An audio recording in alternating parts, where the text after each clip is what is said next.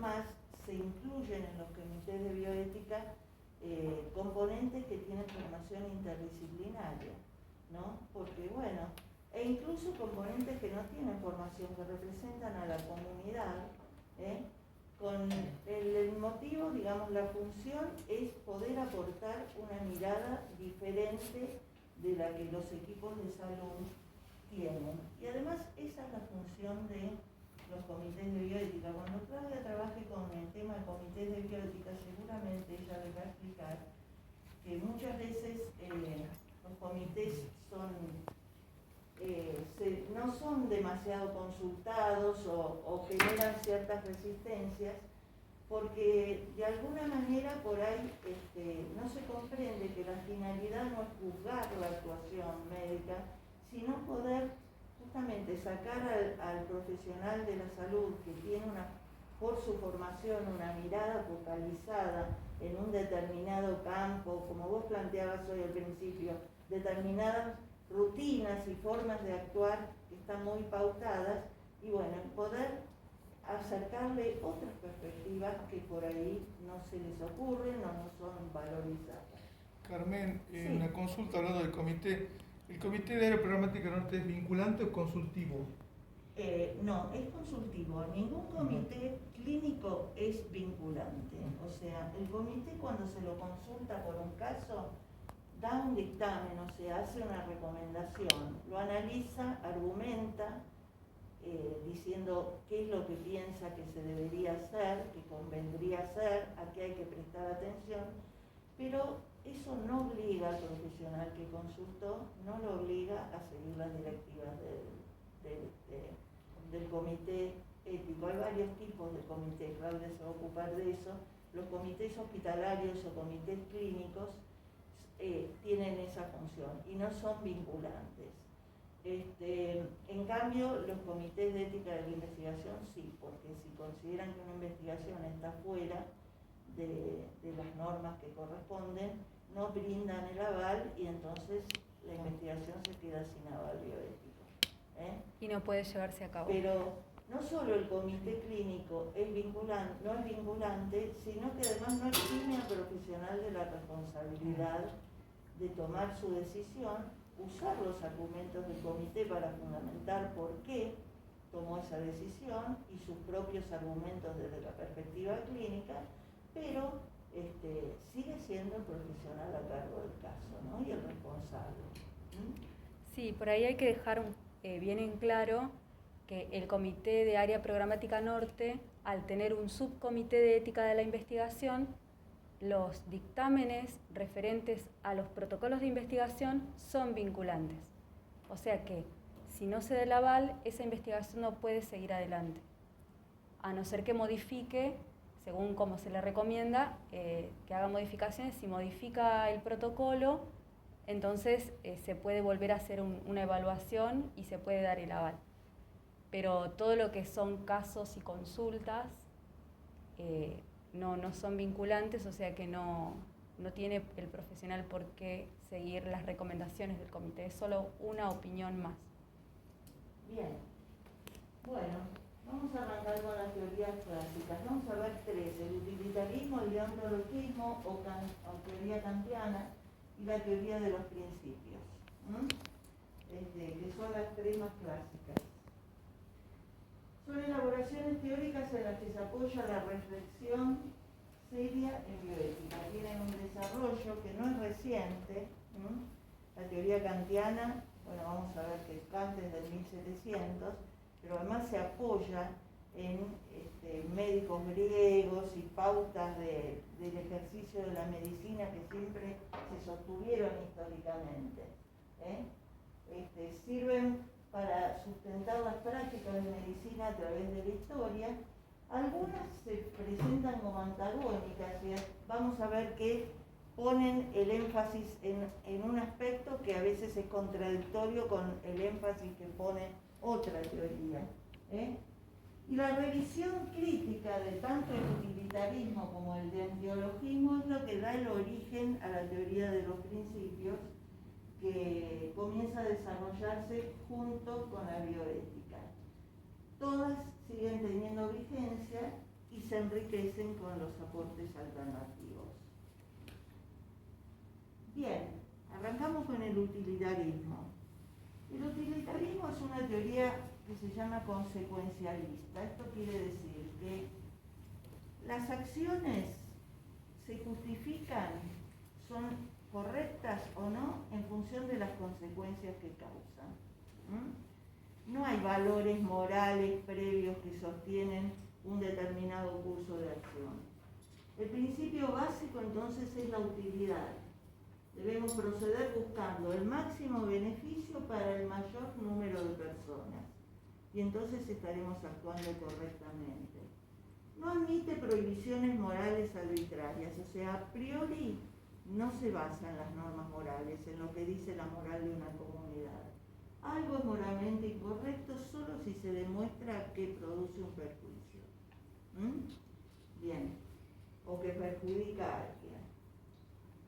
El creador de la teoría utilitarista, Stuart Mill, en 1806, murió en 1873, el bien que se persigue a través de esa teoría es la felicidad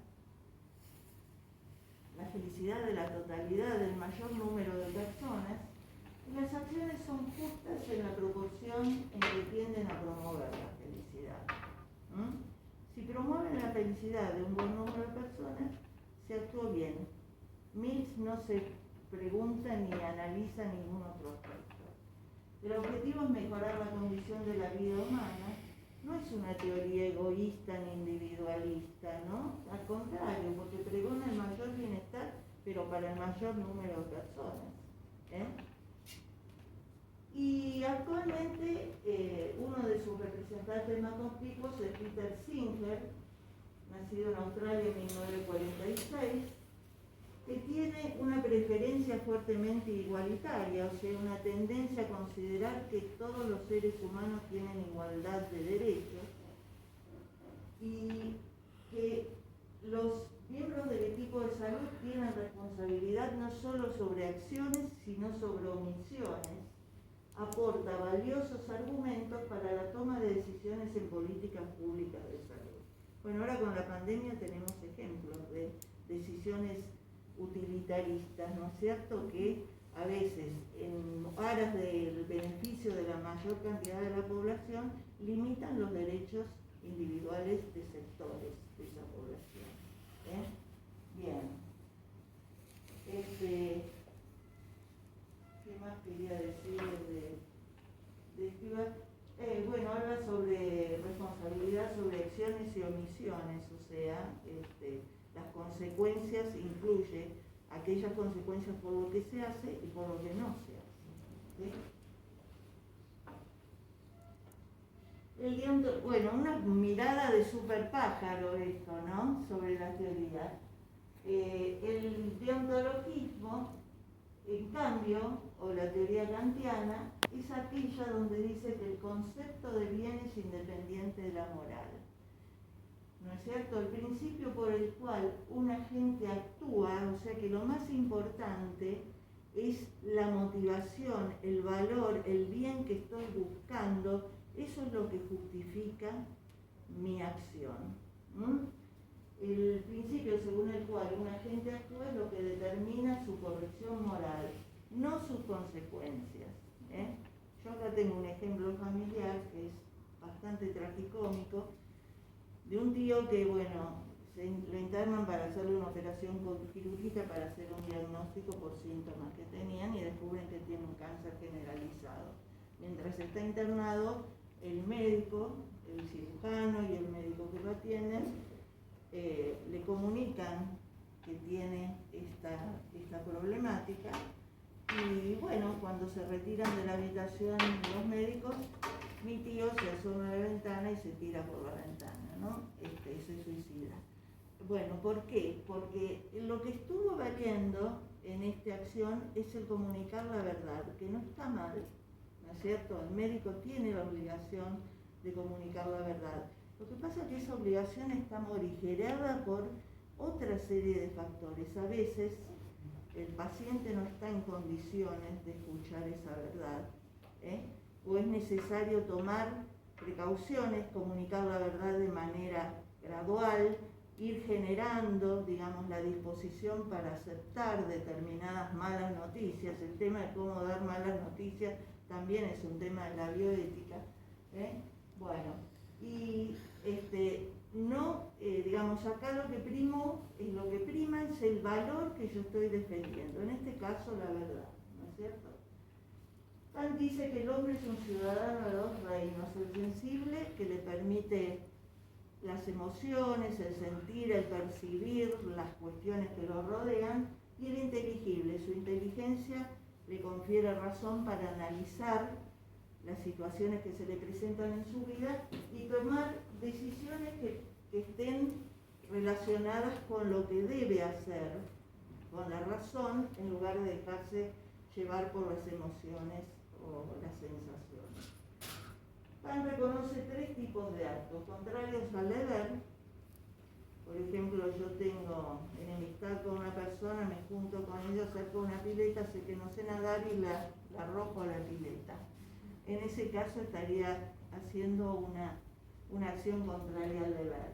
Acorde con el deber, aquellas personas, por ejemplo, a las cuales yo protejo, ayudo, acompaño, porque hay un interés mío, ya sea porque son mis compañeras, los quiero.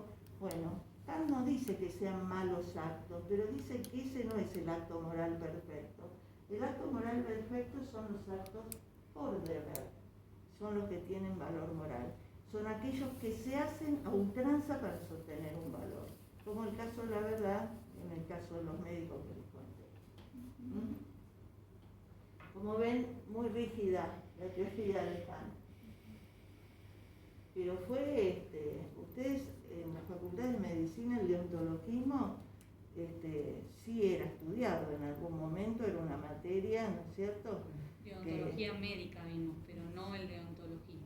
En Claro, derecho no. se ve más Kant, se ve más en Claro. derecho y filosofía. Esto es lo que quería decirles. Tanto Stuart Mill como Kant son teorías filosóficas. Muy buena tu intervención, digamos. No, son teorías filosóficas que abarcan el pensamiento, la reflexión filosófica general y tienen algunas consecuencias en el ámbito de la salud. Vamos a ver que en el caso de la teoría de los principios no es así, es una teoría focalizada en la bioética. Entonces, bueno, Kant fue el representante clásico, nacido en 1724 y muerto en 1804. Los conceptos de obligación y corrección moral son independientes del concepto de bien. La búsqueda, o sea, está mal que mi tío se haya suicidado, pero la verdad era prioritaria, ¿no? La búsqueda de la felicidad no puede ser la base de los requisitos morales, o sea, la moral va más allá de la felicidad de la persona, es el acto en sí que tiene valor, sí o no. Y desarrolla lo que se llama el imperativo categórico, que es esa capacidad que tenemos los seres humanos de reflexionar, encontrar qué es lo que debemos hacer y cumplirlo a rajatabla. Algo que nos obliga, por eso es imperativo y es categórico porque no deja lugar a dudas. ¿Sí? Bueno, los objetivos del deontologismo: una acción es correcta cuando satisface el imperativo categórico. Una orden que obliga de manera absoluta más allá de las consecuencias. Es necesario obrar siempre según una máxima que pueda transformarse en ley universal. Que lo que yo decido sea algo que se pueda aplicar en todos los casos. Y además que sea lo que yo quisiera que hicieran conmigo. Bien. Cada persona es su propia autoridad moral, la autonomía es la base de la dignidad humana y de la racionalidad. Somos capaces como seres racionales de actuar libremente, de forma correcta, más allá de nuestros deseos. Actualmente la teoría kantiana aboga en favor de la defensa de las personas y su derecho a la autodeterminación. O sea, hay principios kantianos que subyacen en la cuestión de la autonomía, la consideración de la autonomía del paciente, que es algo que actualmente tiene muchísima vigencia. Las máximas y el imperativo categórico a veces pueden constituirse en un rigor excesivo en determinadas situaciones. Existen situaciones permanentes o transitorias en las que los individuos no están en condiciones de razonar y darse su propia moral. Por ejemplo, el caso de enfermedades mentales permanentes o transitorias, o minorías de edad, o enfermos de algunos padecimientos neurológicos que no tienen la capacidad de Alzheimer, ¿no es cierto?, no tienen la capacidad de razonar. Entonces, en ese caso no sería correcto aplicarles la misma norma que se aplica a las personas que no están en esas condiciones. O sea que la universalidad también debería ser dejada de lado. Bien. Antes de pasar, me gustaría sintetizar ahí que el deontologismo tiene esta máxima kantiana que dice: actúa de tal modo que tu accionar pueda ser elevado a máxima universal. Esa es la máxima kantiana, es una sola, y lo que propone es esto: vos estás por hacer algo, ¿querés saber si eso que estás por hacer es moral, es éticamente aceptable, es moralmente bueno? Bueno, entonces pregúntate, ¿esto que estoy por hacer puede ser elevado a máxima universal? O sea, todos, si hacen lo que yo estoy por hacer, ¿van a actuar bien si esto lo hacen todos? Entonces, ahí es donde uno se da cuenta si eso que está por hacer es éticamente bueno o no. Ejemplos ahora con la pandemia tenemos muchos, donde cada uno puede hacer como su propio análisis de sus propias acciones, y si todos hicieran lo mismo, por ejemplo, ¿no? Fiestas clandestinas, fiestas. Voy a celebrar mi cumpleaños y bueno, voy a invitar a mis familiares, a mis amigas, a mis amigos, y se me hace una fiesta sin querer de 40 personas. No está permitido, pero bueno, ¿qué puede estar mal? Entonces yo me pregunto, ¿esto que voy a hacer, si todos lo hicieran, daría buenos resultados para la mayoría? Y la verdad que no. Entonces no es éticamente bueno. Así es como se aplica el principio kantiano de esta máxima. Actúa de tal modo que tu accionar pueda ser elevado a máxima universal y que dé buenos resultados, ¿no? Bueno, nos queda la teoría de los principios. Ya es la última, ya vamos a ir terminando. El contexto del surgimiento son las mediados de los años 70. Es un contexto donde los movimientos de mujeres y de minorías van adquiriendo realce, van adquiriendo fuerza. El respirador rescata de la muerte, pero no lo vuelve a la vida activa. Empiezan a observarse que estos avances tecnológicos generan un beneficio en un sentido, pero crean otro tipo de males en otro sentido. Los trasplantes de órganos cambian totalmente los conceptos milenarios acerca de la muerte. La píldora anticonceptiva, por ejemplo, separa el acto sexual de la reproducción, ¿no? Ante estas y muchas otras cosas que ocurren en esa época, el mundo de la medicina vuelve los ojos a la ética en busca de nuevas respuestas. Los autores de la teoría de los principios son Beauchamp y Childress, que escriben Principios de ética biomédica en 1979. ¿Por qué la escriben? Porque ni el rigorismo kantiano ni el utilitarismo de acto parecen poder dar respuesta viable para todos los dilemas éticos que se suscitan en el campo de la salud. Esta teoría no representa un análisis completo o acabado, sino que está pensada únicamente para cuestiones de ética biomédica e investigación biomédica. Los autores proponen 4 principios prima facie. Prima facie quiere decir en primera instancia, ¿no? O sea, 4 principios que de movida deberían cumplirse, pero vamos a ver que hay excepciones para el cumplimiento de los 4 principios, que son los principios de beneficencia, no maleficencia, autonomía y justicia. A veces beneficencia y no maleficencia se consideran juntos. Es cierto que tienen muchas coincidencias, pero la beneficencia tiene algunas como algunos matices que van más allá de la cuestión de no maleficencia. Estos principios en general no se contraponen, pero cuando entran en conflicto surgen los dilemas éticos. Y ello obliga a ponderar cuál es la obligación que tiene mayor magnitud. O sea, la reflexión bioética se va a centrar en determinar a qué principio le tendremos que dar mayor jerarquía, en este caso particular. No es una teoría de universales, como ven, es una teoría para cada caso particular en un contexto determinado. Obligaciones prima facie, ya dijimos, deben cumplirse, salvo que todas deben cumplirse, los 4 principios, salvo que entren en conflicto con una obligación de igual o mayor magnitud. No podemos infringir justificadamente cualquiera de esos principios prima facie, o sea, los podemos infringir, decidir que no vamos a darle tanta bolilla a la beneficencia y sin más a la autonomía, pero se tienen que cumplir algunas condiciones. Las razones que justifican la norma vencedora deben ser mejores, más válidas que las que justifican a la norma infringida.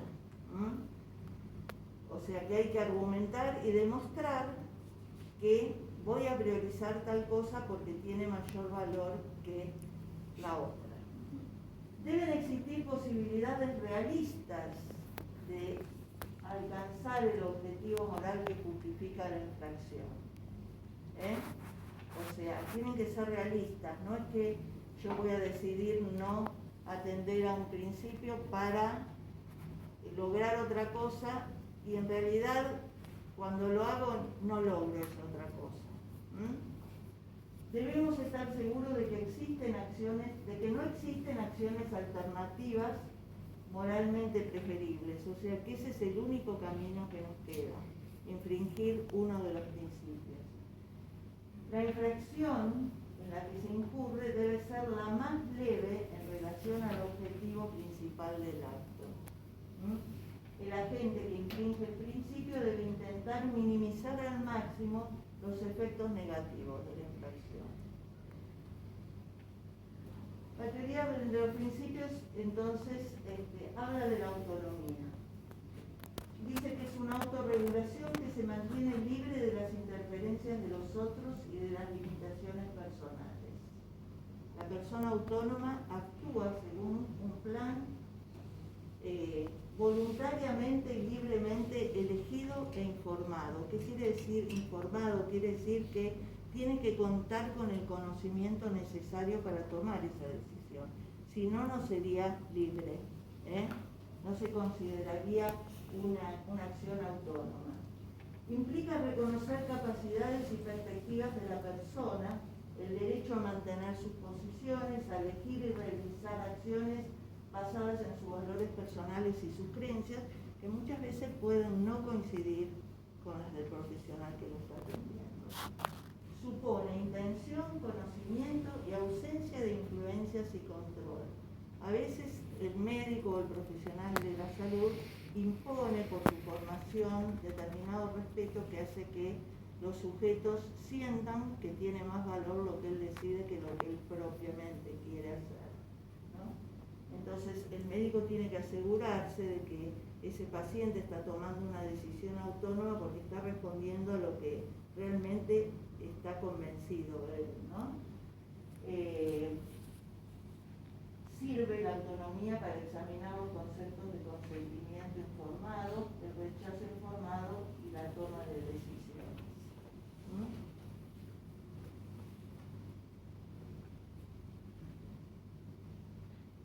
Dijimos antes que la autonomía era uno de los principios que podíamos vincular con Kant, ¿no es cierto?, con esa convicción kantiana de que el sujeto tiene razón y la razón le permite tomar sus propias autodeterminaciones.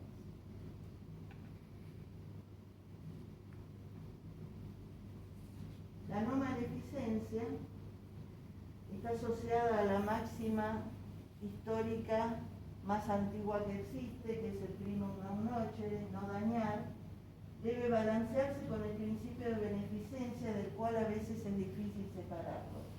Para los autores, la no maleficencia implica que no se debe infligir daño o mal alguno, mientras que la beneficencia supone, además de no infligir daño, prevenir el mal, removerlo y hacer el bien. Varias cuestiones fundamentales de la ética biométrica se relacionan con este principio.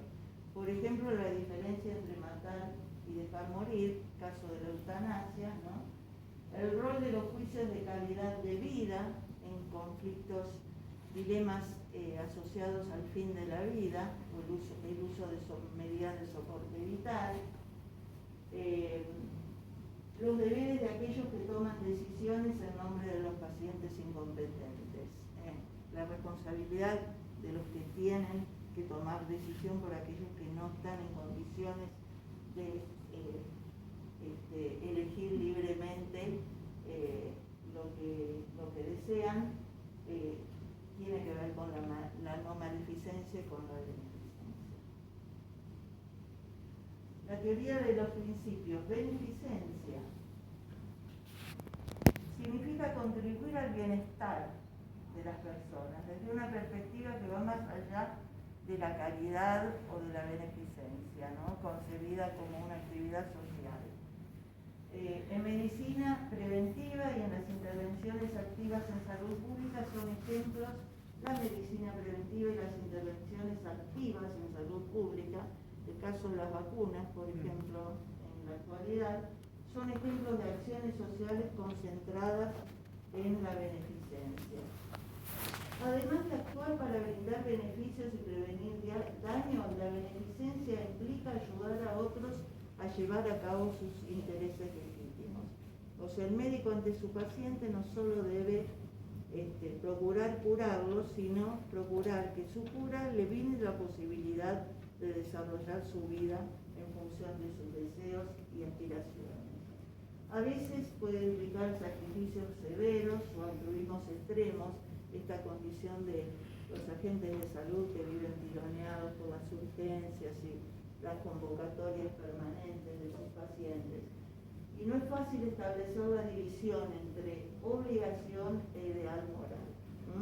Poder separar eso de que, bueno, yo elegí esta profesión y debo comprometerme con determinadas cosas, y el otro punto, no tener un límite absoluto para esa elección, ¿no?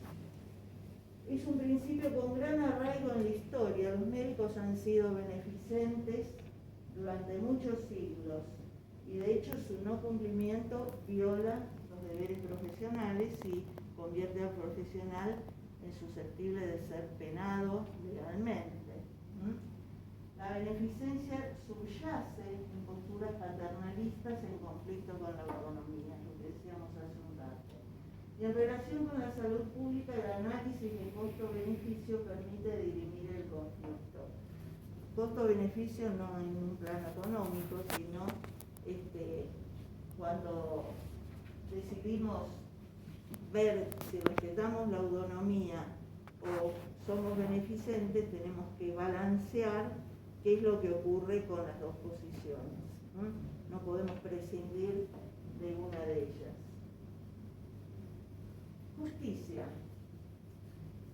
El concepto de justicia, modos en que una sociedad se reparten las cargas y beneficios. Depende de eso, ¿no? Cuando hablamos de justicia estamos hablando de distribución de recursos de salud que siempre son escasos y costosos y que deben ser distribuidos entre personas que tienen iguales derechos si estamos en una posición. Vamos a ver que hay distintas posiciones. Dependen de la noción de justicia que se sustente, pero se focalizan en cómo se reparten las cargas y los beneficios. Hay varios tipos de teorías. Las teorías igualitarias, que hoy tienen el nombre de populistas, ¿no? Que consideran que todos los seres humanos tienen derecho a un igual acceso a los bienes de salud.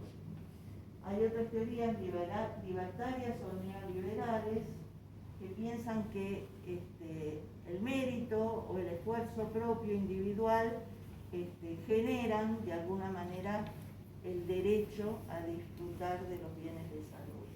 cierto? Y los utilitaristas que maximizan la utilidad, digamos, en el sentido de generar el mayor beneficio para el mayor número de personas. Los autores de la teoría de los principios, Beauchamp y Childress, dicen que es difícil coincidir, reconocen que es difícil digamos, consensuar o conciliar la justicia con el resto con estas dos posiciones, contrapuestas, y además con otros principios de la misma teoría que ellos sostienen, pero sobre esto de qué tipo de justicia han tenido, primero, la teoría de los principios me estoy acordando que debía haberles dicho antes que es una teoría que surge en el momento que vimos, pero que sufre muchas transformaciones a lo largo del tiempo. Hay 4 o 5 versiones de la teoría de los principios que ha sido reformulada muchas veces en función de justamente las críticas que se le han hecho. En respecto a la justicia, la posición actual de los autores es que todos tienen derecho al mejor cuidado, pero que esto se debe balancear con la intención de generar el menor costo posible